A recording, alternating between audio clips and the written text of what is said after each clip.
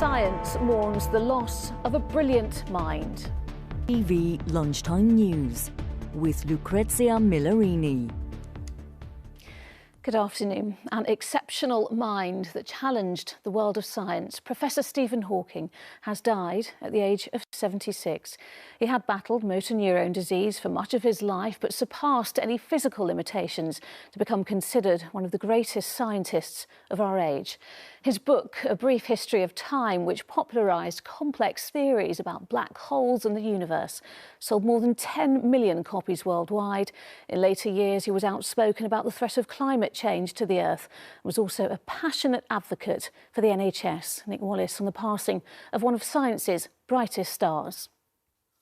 Lawrence, what a privileged position to be in. What are your memories of those meetings? The sparkle in his eye. Complex theories and this amazing ability, as you say, to blend science with humour, which obviously follow everything up and nothing comes out. He found out that they do. His legacy will last for many, many years to come. Lawrence McGinty, thank you for coming in to talk to me about this. Thank you. Well, next this lunchtime, Theresa May's midnight deadline to Russia came and passed.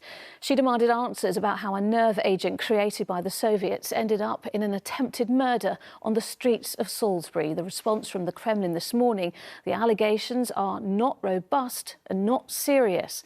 The Prime Minister is expected to explain her next steps in the Commons shortly. Angus Walker has the latest. Well, let's cross to Moscow and our political correspondent, Carl Dinnan. Carl, clearly, whatever the Prime Minister is about to announce this lunchtime isn't worrying the Russians much. Well, the police operation on the ground has expanded well beyond Salisbury this lunchtime. Our correspondent, Rupert Evelyn, is about 30 miles away in Gillingham. Rupert. And we will keep an eye on the House of Commons and we'll try to bring you some of Theresa May's speech if it comes before the end of this programme. Now, ITV News understands Toys R Us is to shut all 100 of its UK stores after administrators failed to find a buyer for the collapsed retailer.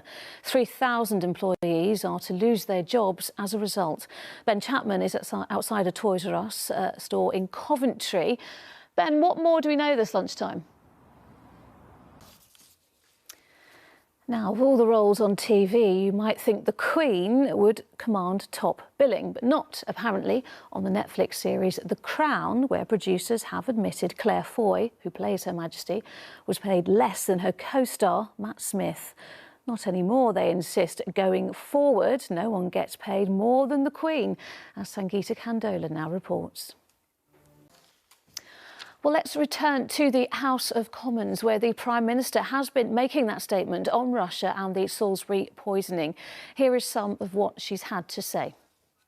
And you can watch Theresa May's full speech and the debate which follows on our Facebook page. Just search on Facebook for ITV News.